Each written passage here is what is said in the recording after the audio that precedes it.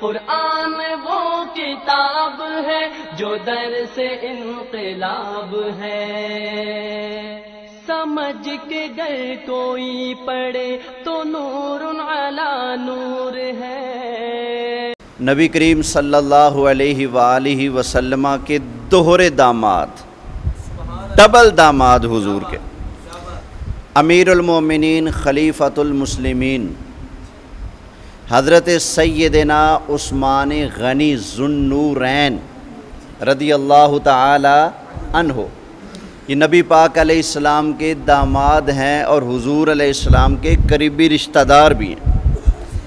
आपकी शहादत 18 ज़िलहज शरीफ को हुई थी। आज कितनी जी? 10 को हुई थी। ईद को कितने दिन हो गए? 17।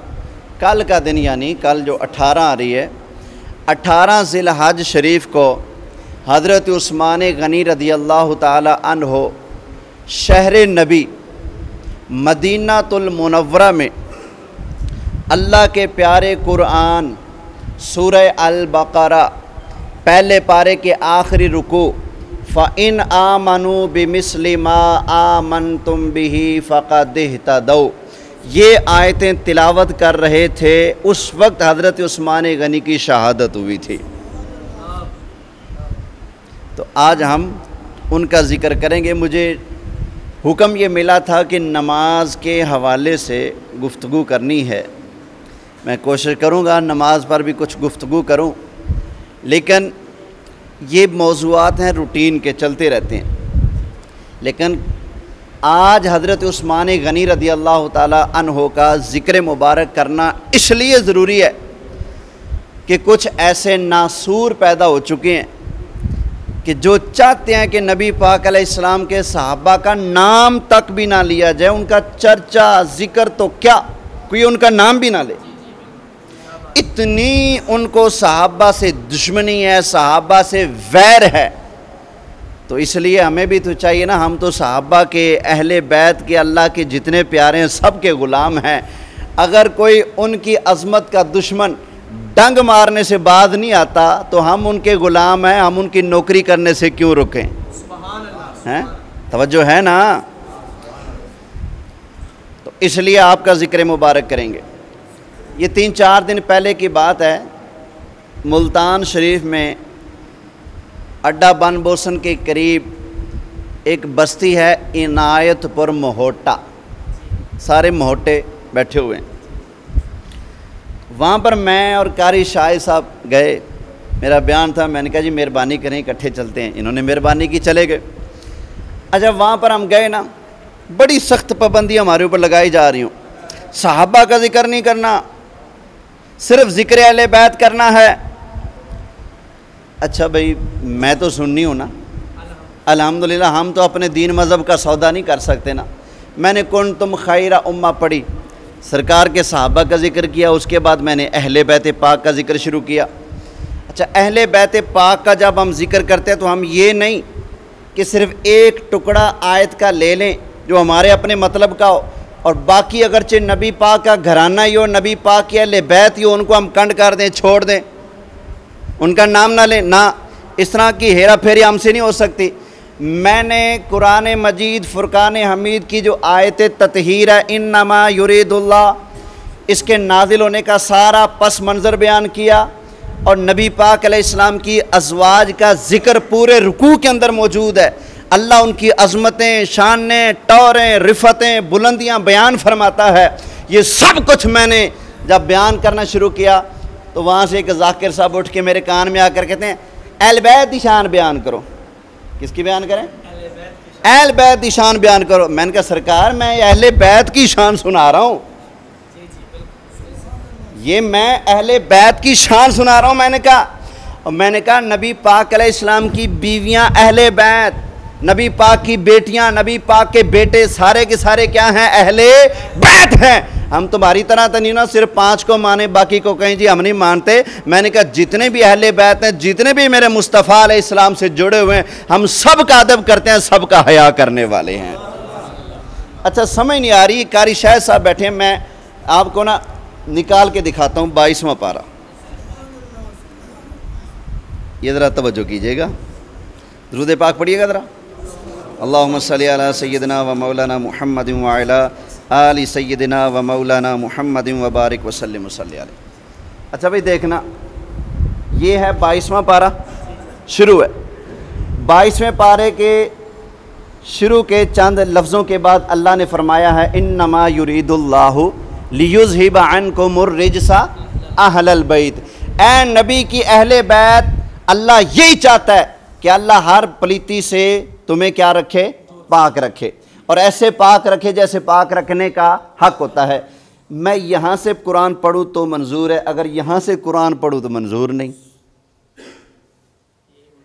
ये मेरे पास रिकॉर्ड मौजूद है, सारा बयान हमारा रिकॉर्ड होता है, इसलिए ताकि बाद में चाँचू कोई ना कर सके, सब कुछ रिकॉर्ड होता है। मैं यहाँ से कुरान पढ़ रहा हूँ, बेली लाल पीले हो रहे हैं, हाँ कहते हैं यहाँ इथो छड़ो जी, इथो पढ़ो। भाई ये अल्लाह का कुरान नहीं, ये 21वें पारे का आखिरी रुकू, ये क्या अल्लाह का कुरान नहीं? कहते हैं इथो छड़ो इथो पढ़ो। और सरकार ये क्यों छोड़े, हम सुन्नी हैं, हम यहाँ से भी सुनाएंगे, हम यहाँ से भी पढ़कर सुनाएंगे। तवज्जो है ना, आप अंदाज़ा करें। अच्छा फिर मुझे कहता जी बाद में जब तकरीर होगी ना, सवाल करने के लिए एक बंदा आ गया, छिता उठ गए, सवाल का जवाब दे जी। मैंने कहा जी बिस्मिल्लाह सवाल करें जी, ये अहले बैत में नबी पाक की बीवियाँ कहाँ से आ गई, दलील दें। मैंने कहा दलील कुरान से देता हूँ। कारी शायद सब गवाएं, कहता जी कुरान ना सुनाओ, मैनू दलील दो। मैं क्या दलील में तो खिंच के ले आवा, मैं दलील कुरान विचों पेश करनी है ना। ये अजीब टब्बर है जी, समझ आई ना। सिर्फ 4-5 शख्सियात को मानने का दीन नहीं, 4-5 शख्सियात को मानने का नाम दीन नहीं, पूरे इस्लाम के अंदर दाखिल होना, हर अल्लाह वाले का हया करना, ये दीन है। तवज्जो है ना। ये पहला रुकू क्यों नहीं पच रहा, नबी की बीवियों की शान है। और इस टब्बर की नमाज नहीं होती जब तक नबी की बीवियों को गालियां ना दे। ये जो है, जिसने नाराज होना हो जाए, मेरे पास तो प्रूफ मौजूद है, सबूत मौजूद है। वो बंदा ही क्या जो बगैर सबूत के बोले। अल्हम्दुलिल्लाह उस्तादों ने सिखाया नहीं बगैर सबूत के बोलना, और कूड़ा मसला बयान करना आता ही नहीं। अल्हम्दुलिल्लाह जब नाराज हो जाए हमने बात सच्ची करनी होती है। मोहब्बत से सुभान अल्लाह कहिए। मेरे पास रिकॉर्ड इनकी किताबों के अंदर, कोई कहे ये किताबों में लिखा दिखाओ, मैं हाजिर। कोई कहे जी किताबें नहीं मानते, तकरीर में अगर कभी कहा हो तो इनके जाकिरों की तकरीरें सुनाने के लिए मैं हाजिर हूँ। ये नमाज के अंदर पढ़ रहे हैं, हम दुआए कनूत पढ़ते हैं ना, ये दुआए कनूत की जगह हाथ उठाते हैं। 10 मुहर्रम को ये नमाज पढ़ रहे हैं और कह रहे हैं अल्लाहुम्मा लअन अला आयशा, ए अल्लाह तू आयशा पर लानत कर, ए अल्लाह अबू बकर पर, उमर पर, उस्मान पर लानत कर। ये इनकी नमाजें हैं। सहाबा को गालियाँ देना, नबी पाक की बीवियों को गालियाँ देना। अच्छा अहले बैत है नबी की आल, अहले बैत कौन है ज़रा बोलें, नबी की आल। आल कौन होगी, जो नबी से पैदा हुए ना। तो जब बंदा पैदा होता है अकेला बाप से पैदा होता है या माँ का भी वसीला होता है, माँ का भी वसीला। नबी पाक की बीवियाँ मोमिनों की माएँ, कुरान ने कहा नबी पाक की औलाद को मानना है, नबी पाक की बीवियों को गालियाँ देनी है। तो बताएं नबी की औलाद की वो क्या लगी, माएँ लगी।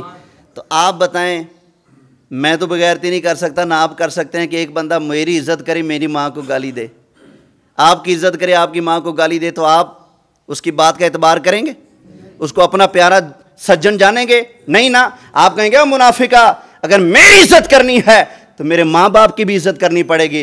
अहले बैत का नाम लेते हो और अहले बैत की जो माएँ हैं उनको गालियाँ देते हो। मुझे बताओ क़यामत वाले दिन अगर हज़रत इमाम हसन ने, इमाम हुसैन ने अगर पूछ लिया ओए मेरे नाम पर दुनिया को पागल करने वाले बताओ, जो हमारी नानी थी, जो हमारी माँ की माँ थी, उनको गालियाँ निकालने वाले, बताओ किस मुंह से उनके सामने जाओगे, क्या जवाब दोगे उनको? लिहाजा बेहतरी इसी में है, नबी पाक अलैहिस्सलाम से जुड़े हुए हर रिश्ते का हया करना सीखना चाहिए बंदे को। तवज्जो है ना। अगे जी नबी पाक की बीवियां अहले बैत नहीं। सुना दूं कुरान आपको, सुने फिर। लफ्ज़ अहले बैत दिखाता हूँ कुरान में से, नबी की बीवी के लिए दिखाता हूँ। 12वां पारा है, सूरह हूद है। अल्लाह के नबी हज़रत इब्राहीम अलैहिस्सलाम के पास आए फरिश्ते कौम लूत को तबाह करने के लिए, अजाब देने के लिए। फरिश्ते आकर हज़रत इब्राहीम अलैहिस्सलाम से बातें कर रहे थे ना, तो आपकी बीवी मोहतरमा हज़रत सारा दीवार के पीछे खड़ी फरिश्तों की सारी बातें सुन रही थी। अचानक बातें करते करते फरिश्तों ने कहा, प्यारे इब्राहीम मुबारक हो, अल्लाह ने जिस तरह आपको बुढ़ापे में इस्माइल अलैहिस्सलाम अता फरमाए हैं, अब अल्लाह आपको इसी बुढ़ापे की उम्र में दोबारा एक और बेटा अता फरमाएगा जिसका नाम इसहाक होगा, और आगे वो भी साहिब औलाद होगा, आगे उनका बेटा होगा जिनका नाम हजरत याकूब होगा। अल्लाह इस बात को बयान फरमाता है, वमराअतुहु काइमतुन फदहिकत फबश्शरनाहा बिइस्हाक व मिन वराइ इसहाक याकूब। हमने खुशखबरी सुनाई, मुबारक हो, अल्लाह बेटा देगा, बेटे का भी बेटा होगा आगे। अच्छा, हजरत सारा भी बुढ़ापे को पहुंच चुकी थी ना, तो उन्होंने कहा, अब ऐसे हाथ लिया अपना, ऐसे अपने माथे पर मारा। कालत या वैलता अलिदु व अना अजूज़ु व हाज़ा बाली शैखा। कहने लगी, हाय मेरे यहाँ बच्चा पैदा हो गया, मैं तो बुढ़ापे को पहुँच चुकी हूँ, मेरे घर वाले भी बुढ़ापे को पहुँच चुके हैं, अब हमारे यहाँ बेटा होगा। तो फरिश्तों ने जवाब दिया, ये ताज्जुब कौन कर रही हैं? हज़रत सारा। इन हाज़ा लशैउन अजीब, कहती हैं कितनी अजीब बात है, अब हमारे यहाँ बच्चा पैदा होगा। तो फरिश्तों ने जवाब दिया, किसको जवाब दिया भला? नबी की बीवी को। क़ालू अताजबीन मिन अम्रिल्लाहि रहमतुल्लाहि व बरकातुहु अलैकुम अहलल बैत। ये कुरान है। फरिश्तों ने कहा, ऐ नबी की अहले बैत, अल्लाह की रहमत से कुदरत से ताज्जुब ना कर, अगर अल्लाह चाहे तो इसी उम्र में भी औलाद अता फरमा सकता है। आप अल्लाह की कुदरत से ताज्जुब ना करें। अब बताएं, नबी की बीवी को कुरान ने अहले बैत का लफ्ज़ दिया कि नहीं? हम इसलिए कुरान पूरा मानते हैं, अपने मतलब का नहीं मानते। यहाँ से मानो तो यहाँ से ना मानो। खतीब साहब कहना इत्थों सुनाओ, इत्थों कुरान सानू महंगा पैंदा, यहाँ से ना सुनाओ। हम ये नहीं कहते, हम कहते हैं अलिफ लाम मीम से लेकर वन्नास तक जित्थों दिल करदा सुना, मेरे आका की शान ही शान है कुरान। अच्छा खैर, तवज्जो है जी। नबी की बीवियाँ क्या हैं? अहले बैत। नबी पाक अलैहिस्सलाम की बेटियां क्या हैं? अहले बैत। नबी पाक अलैहिस्सलाम के नवासे क्या हैं? अहले बैत। और एक सहाबी हैं, नाम है हज़रत सलमान फ़ारसी। 120 बड़ी लंबी उम्र पाई है, 100 साल के लगभग। ये हज़रत सलमान फ़ारसी रज़ी अल्लाह ताला अन्हो इस्लाम के खातिर हक़ के तलाश के लिए बड़े बड़े सफ़र करते रहे। नबी पाक अलैहिस्सलाम की खिदमत में आए तो बड़ी मंजिलें तय कर चुके थे। नबी पाक अलैहिस्सलाम ने उनकी मेहनत, उनकी मुशक्क़त देखी तो सरकार ने इनाम अता फरमाया। फरमाया, सलमान मिन्ना अहलल बैत। फरमाया, लोगों सुन लो, सलमान भी मेरी अहले बैत है। सलमान भी क्या? मेरे अहले बैत है। तो ये भी अहले बैत हैं। अल्लाह ने सारे अहले बैत को हर पलीती से पाक साफ रखा है।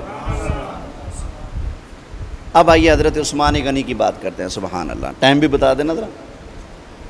हज़रत उस्मान गनी रज़ी अल्लाह ताला अन्हो नबी पाक अलैहिस्सलाम के दोहरे दामाद हैं। पहले नबी पाक अलैहिस्सलाम ने अपनी बेटी हज़रत रुकैया बिन्त मुहम्मद सल्लल्लाहु अलैहि वसल्लम, हुजूर ने अपनी बेटी हज़रत रुकैया का निकाह हज़रत उस्मान गनी से किया। मदीना में हुजूर जब तशरीफ़ ले गए, जंग बदर का मौका आया। नबी पाक अलैहिस्सलाम की साहबजादी मोहतरमा बीमार थी। जब जंग का वक्त आया तो सरकार ने फरमाया, चलो गुलामों निकलो। हज़रत उस्मान गनी ने कहा, कि मैं भी जाना चाहता हूँ जंग के लिए।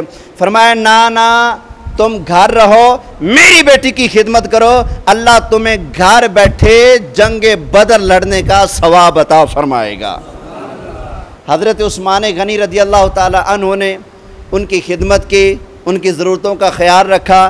जब जंग से नबी पाक अलैहिस्सलाम वापस तशरीफ़ लाए, उस वक्त हज़रत उस्मान गनी अपनी ज़ौजा मोहतरमा नबी पाक की शहज़ादी हज़रत रुकैया रज़ी अल्लाह ताला अन्हा का जनाजा पढ़कर कब्र में तदफीन करके मट्टी ऊपर डाल चुके थे। उस वक्त सरकार के तशरीफ़ आवरी हुई तो हज़रत उस्मान गनी रज़ी अल्लाह ताला अन्हु बड़े परेशान लेने लगे।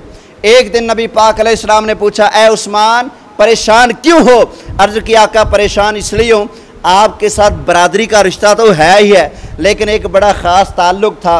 आपकी दुख्तरे मोहतरमा मेरी ज़ौजियत में थी, आका वो अल्लाह को प्यारी होगी, अब वो वाला रिश्ता तो ख़त्म हो गया ना, मैं इसलिए परेशान हूँ। फरमाया, उस्मान परेशान क्यों होता है? मेरी दूसरी साहबजादी है उम्मे कुलसूम, लो आओ मैं तुम्हारा निकाह उम्मे कुलसूम से कर देता हूँ।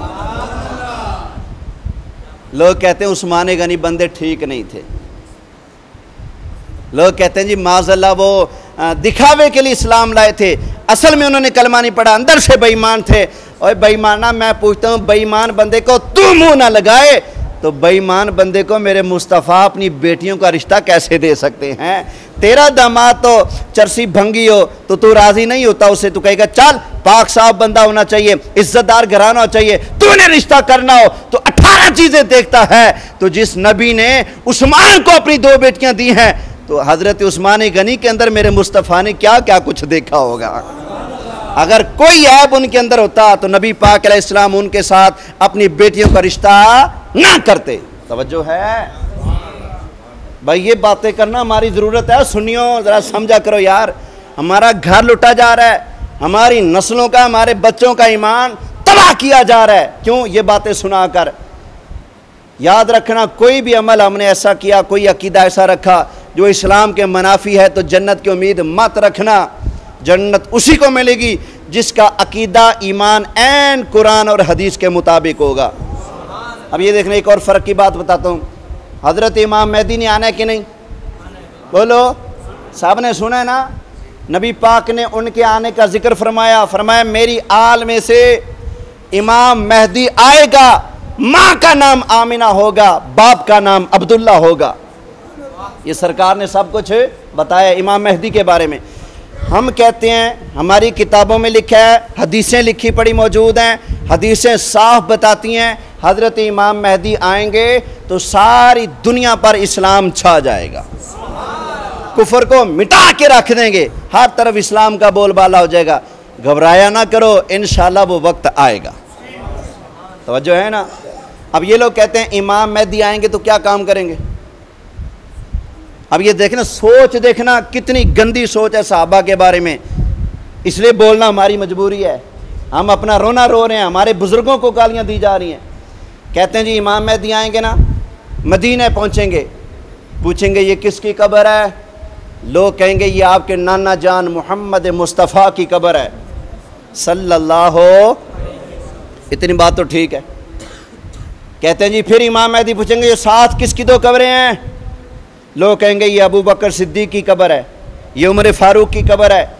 तो कहते हैं जी इमाम मेहदी फरमाएंगे कड्डो इन्हों बाहर, इनकी लाशों को उल्टा लटका दो, इनको सज़ा देंगे माज़अल्लाह।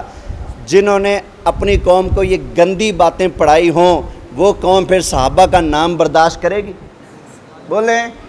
इसलिए भाई हम उनका रोना रोते, वो तो जहन्नम में जा रहे हैं। हम अपने बुज़ुर्गों का, अपने दोस्तों का, अपने भाइयों का, अपने बेटों का ईमान बचाना चाहते हैं। भाई याद रखना, इस्लाम के नाम पर इतनी जालिमाना साजिशें की जा रही हैं, और इस्लाम की जो हस्तियां, जो इस्लाम की बुनियाद और थंब हैं, जिनके बाजुओं की कुव्वत पर अल्लाह ने इस्लाम के ढांचे को खड़ा किया है, आज उन्हीं इस्लाम की बुजुर्ग हस्तियों के खिलाफ हर्जा सराई की जा रही है, उन्हीं को गालियां दी जा रही हैं, उन्हीं को काफिर और बेईमान कहा जा रहा है। हालांकि ये खुद बेईमान है और बात करते हैं मुस्तफ़ा के सहाबा की। जो खुद काफिर है, खुद बेईमान है, जो खुद किराड़ बना पड़ा है, वो बातें करते हैं मेरे मुस्तफ़ा करीम अलैहिस्सलाम के गुलामों पर। तू खुद बेईमान हो सकता है, मेरे मुस्तफ़ा के गुलाम तो सुबहान अल्लाह। अब जरा कुरान सुनते जाना। इस्लाम ने इरशाद फरमाया इज़न लहू वायुबश्शिरहु बिल जन्नह, फरमाया जाओ जाकर दरवाज़ा खोलो और जो दरवाजे पर आया है उसको मैं मुस्तफ़ा की तरफ से जन्नत की खुशखबरी सुना दो। अब दरवाज़ा खोला तो सामने हज़रत उस्मान गनी मौजूद थे। अब बताएं, नबी पाक ने इनको जन्नती कहा कि नहीं कहा? जन्नती कहा। और एक मरतबा सर्दियों का मौसम था, एक आदमी आया, चादर ऐसे ली हुई ऊपर, गर्म चादर, सारा मुंह छुपाया हुआ है, सिर्फ आंखें नज़र आ रही हैं, ऐसे आया, नबी पाक की महफिल लगी हुई, सलाम किया। सलाम के बाद जब वो जाने लगा ना, जिसने चादर ली हुई, नबी पाक ने फरमाया जिसका दिल करे कि मैं जन्नती बंदे को देखूं, फरमाया इसको देख ले, वो इसको देख ले। सहाबा दौड़े देखने के लिए। जब पास जाकर चेहरे से कपड़ा उठाया तो वो नबी पाक के दामाद हज़रत उस्मान गनी थे। कौन थे? हज़रत उस्मान गनी। मदीना शरीफ में नबी पाक तशरीफ़ लाए। मदीना में एक कुआं था जिसका पानी मीठा, बाकी सारे कुओं का पानी कौड़ा था। नबी पाक अलैहिस्सलाम ने फरमाया मेरे ग़ुलामों, ये कुआं है यहूदी का, कोई है जो मुझसे जन्नत ले ले और ये कुआं ख़रीद कर मुसलमानों को दे दे? है कोई ऐसा? हज़रत उस्मान गनी चुप करके उठे, यहूदी के पास चले गए। फरमाया कुआं बेचना है? पहले कहते हैं मैं नहीं बेचता। फरमाया जो दिल करता है पैसे मांग, कुआं बेच दे। उसने कहा जी इतने पैसे लूँगा। फरमाया ठीक है। कहते हैं साथ शर्त है। क्या? कहते हैं आधा कुआं मेरा, आधा आपका। एक दिन पानी आप भरेंगे, एक दिन मैं भरूंगा। फरमाया ठीक है, मंजूर है। मुंह मांगी कीमत उसको दी, एक दिन के ऊपर कब्जा किया, एक दिन हमारा एक दिन उसका। आ गए नबी पाक के पास, आका या रसूल अल्लाह मैंने कुआं ख़रीद लिया है, एक दिन पानी हम भरेंगे, एक दिन वो भरेगा। फरमाया ठीक। अब बारी आई ना हज़रत उस्मान गनी की, पूरे मदीने में ऐलान कर दिया, ओए मदीने वालों जाओ, तुम्हारे लिए कुआं वक्फ है, जिसका दिल करे जितना दिल करे पानी भर ले, ना पैसा है ना कोई पूछने वाला है, कोई पूछने वाला भी नहीं है। यहूदी ने जब देखा ना, लो जी सारे मदीने वाले आ गए। अगले दिन उसकी बारी आई तो कोई भी ना आया। अगले दिन आ गया, कहते उस्मान मेरा तो सारा सौदा ही ख़राब कर दिया तूने, मुझे क्या पता था सारा कुआं लेकर आप मदीने वालों को मुफ्त देंगे। चलो ऐसा कर, मेहरबानी कर, जो बाकी बचा है वो भी ले ले। हज़रत उस्मान गनी ने बाकी का कुआं भी ख़रीद कर मुसलमानों के लिए वक्फ कर दिया। अल्लाह मदीने ले जाए, वो कुआं आज भी हज़रत उस्मान गनी का मौजूद है। अल्लाह की बारगाह में दुआ है, अल्लाह ताला ये दर्स व बयान अपनी बारगाह में कबूल फरमाए। अल्लाह ताला मुझे, आपको, हम सब को अल्लाह के नबियों का, नबी के सहाबा का, नबी के अहले बैत का, औलिया अल्लाह का, उलमा का, सब का अल्लाह ताला हमें अदब व एहतराम और इनसे प्यार करने की तौफीक अता फरमाए। आमीन बिजाहिन नबील अमीन सल्लल्लाहु अलैहि व आलिहि वसल्लम। अल्हम्दुलिल्लाह, अल्लाह का शुक्र है हम सुन्नी हैं। हमारा अक़ीदा ऐसे साफ़ सुथरा है जैसे शीशा साफ़ होता है। बस एक कमी है, हम लोग अमल नहीं करते। अल्लाह अमल की तौफीक दे, नमाज़ें पढ़ा करें, समझ आ गई ना। अपने मस्जिदों को आबाद करें, अपने बच्चों को अपने उंगली थमा कर मस्जिद में लाया करें। जब आप अपने बच्चों को मस्जिद में लाकर उनको नमाजी बनाएंगे, मस्जिद की आदत डालेंगे, तो इंशाअल्लाह फिर आपकी नस्लें गुमराह नहीं होंगी। किसी ऐसे वैसे आदमी के हत्थे चढ़कर वो अपना अकीदा ख़राब नहीं करेंगे। अल्लाह हमें अपनी और अपनी नस्लों की फ़िक्र करने की तौफीक दे। आमीन बिजाहिन नबील अमीन सल्लल्लाहु अलैहि वसल्लम।